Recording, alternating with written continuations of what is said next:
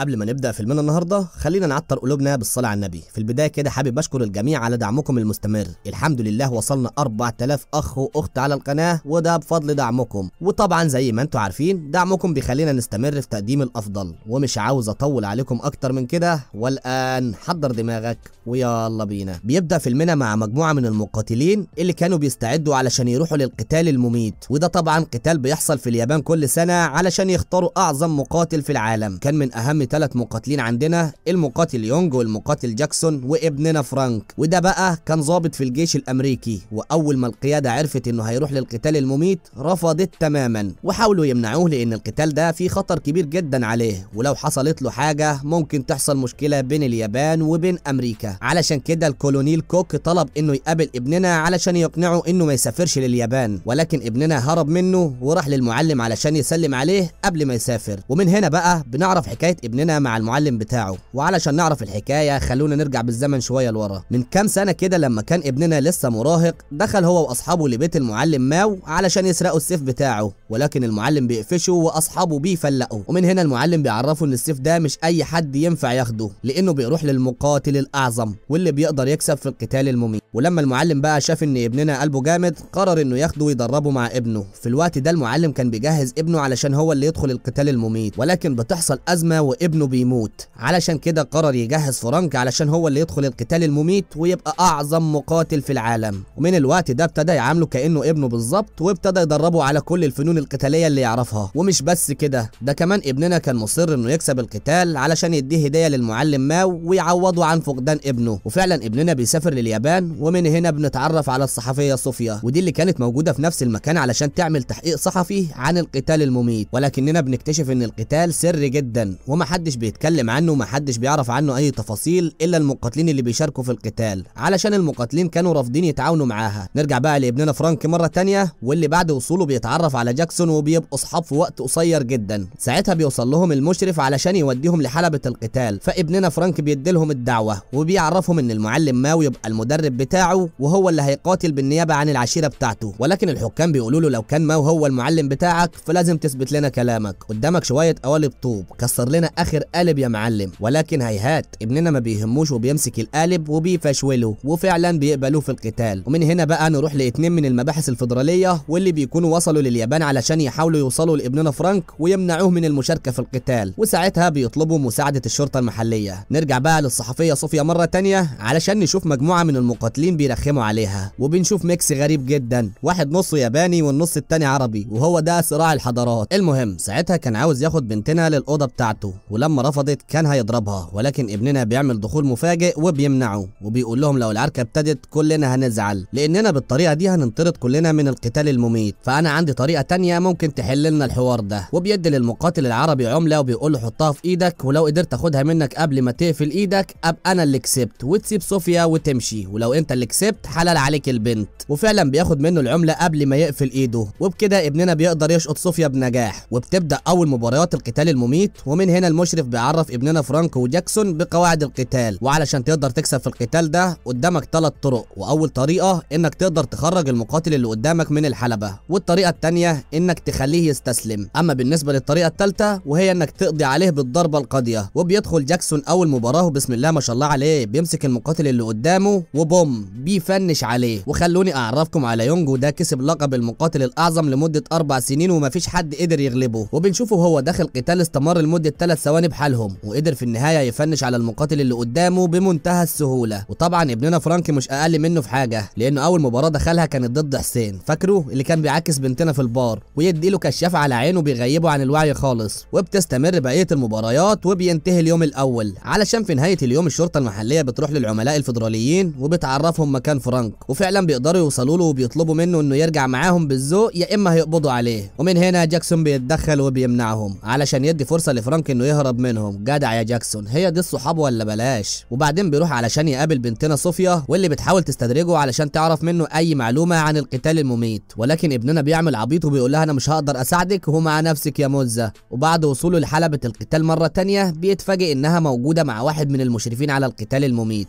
واللي قدرت تعلقه علشان يدخلها تتفرج على المباريات. لا بنتنا مش سهلة برضه، وبتبدأ التصفيات ضرب وتلطيش واهانة وكل حاجة نفسك فيها، وبتكون النتيجة ان جاكسون هيدخل في القتال القتال مع يونج، ففرانك بيقول له ان اكتر جزء ضعيف في يونج هي بطنه، يعني اديله في الكرشه تكسب يا حكشه. وفعلا بتبتدي المباراه وجاكسون بيديله واحده في بطنه وبيرقده، وابتدى يتنطط في الحلبه علشان يعلن فوزه، ولكن شكله استعجل شويه لان يونج بيرجع مره تانيه وبيمسك جاكسون وبيفنش عليه، فبياخدوه للمستشفى والدكتور بيعرفهم انه مش هيقدر يخرج الا بعد اسبوع لان حالته حرجه جدا. ففرانك بيقول له ما تقلقش يا صاحبي، انا هجيب لك حقك من الواد يونج ده. ولان بنتنا صوفيا كانت خايفه ان فرانك يدخل في قتال مع يونج ويموت في القتال، فقررت انها تروح وتبلغ الشرطه عن مكان القتال علشان يمنعوهم. نرجع بقى لفرانك مره تانيه واللي كان في طريقه لحلبه القتال، فبيتفاجئ بوجود رجال الشرطه والمباحث الفيدراليه علشان يمنعوه للوصول للحلبه، ولكن ابننا بيعمل معاهم السليمه وبيفلق، وبتبدا النهائيات وبنشوف فقره الشلاليت المعتاده، وابننا كالعاده بيفوز باول قتال. ويونج بيقول له انت مش احسن مني في حاجه، وفي القتال بتاعه بيمسك المقاتل اللي قدامه وبيقتله، عنيف قوي يونج. ومن هنا بنوصل للمباراه النهائيه اللي كانت بين ابننا فرانك وبين يونج، وبنشوف المدرب بتاعه وهو بيحط له حاجه صغيره كده في الحزام بتاعه، وبتبدا المباراه وبعد شويه ضرب وتلطيش واهانه ابننا فرانك بيديله واحده وبيغيبه عن الوعي. يونج يسكت، لا طبعا، طلع القطعه البيضاء اللي كانت في الحزام وضربها في وش ابننا، فبيتغيب وبيبقى مش شايف اي حاجه قدامه. ودي بقى كانت فرصه مناسبه ان يونج يعوض كل اللي عمله فيه، ومسك ابننا ونفخه ضرب، ولكن ابننا بيفتكر التدريب اللي كان اداهوله المعلم ما، وبيفتكر ازاي يقدر يقاتل وهو مغمض عينيه، وبيرجع مره تانيه للقتال وبيستخدم كل حواسه علشان يقدر يعرف مكان يونج ويقدر يتوقع ضربته، وبيمسكه وبينفخه بالضرب، وفي النهايه بيجبره انه يستسلم. وبكده يا معلم يفوز ابننا بلقب المقاتل الاعظم، وكمان يبقى اول اجنبي يكسب القتال المميت، وبياخد السيف اللي كان نفسه فيه من زمان، وبيرجع علشان يطمن على جاكسون اللي صحته بقت زي الفل ولا كانه كان بيموت من ساعه. وبيخلص فيلمنا على كده. لو عجبك ما تنسناش من اللايك والشير وتفعل زر الجرس عشان توصلك كل ملخصاتنا الجديدة والحصرية. الفيلم ده كتبه كريلس ملاك ومنتجه كريلس ملاك وسجله محمد العرباوي. اشوف وشكم بخير ومع السلامة.